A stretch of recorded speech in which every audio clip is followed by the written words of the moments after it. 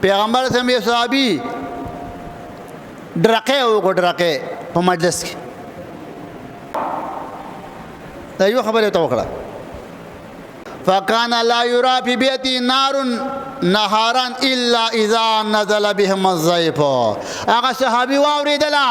ما ته د الله نبی په مجلس کې وایي چې ډرقې مه کوه به روجي نیولې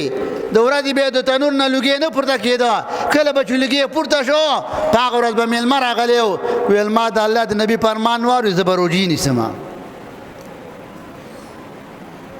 نو صحابه دا د صحابه زندگی وه کتابونه لیکي فکان ثبت من اصحاب النبي يمسون تمرة واحدة د پیغمبر